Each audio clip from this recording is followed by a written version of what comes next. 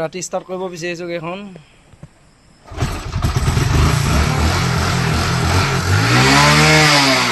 নপগিয়াবা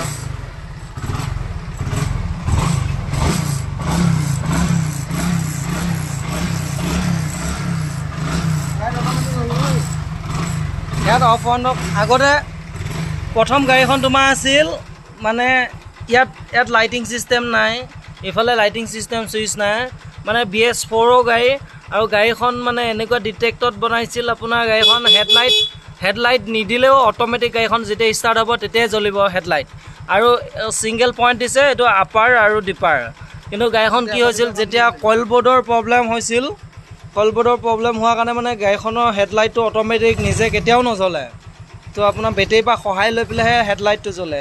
এতিয়া কইল বৰ্ড আৰু চাৰ্জাৰ লগোৱাৰ কাৰণত গাড়ীখন এতিয়া ডাইৰেক্ট হেডলাইটো জ্বলিছে আৰু আপোনাৰ কমপ্লিট বেটেৰী চাৰ্জো লৈছে, কমপ্লিট ডিটেক্ট কৰি আছে মানে গাড়ীখন বৰ্তমান কণ্ডিশ্যনত।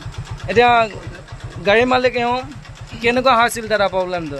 প্ৰব্লেমটো বহুত ভয়ংকৰ ন? হয়, প্ৰব্লেমটো চল্ভ কৰিছা আমি থেংকছ এভৰিডে।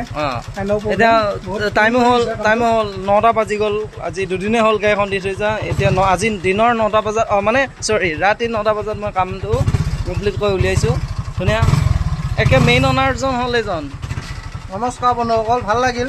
অকণমান কষ্ট হ'ল, দুদিন গাড়ীখন নাই, কিবা এটা খালী লাগি আছে, কিন্তু মানে গোটেইখিনি প্ৰব্লেম চাই কৰি গোটেইখিনি যে ক্লিয়াৰ হৈ গ'ল, এতিয়া গাড়ীখন আগৰ নিচিনা যে ধুনীয়া আপোনাৰ ষ্টাৰ্ট হ'ল, মনটো ভাল লাগিছে। Thank U.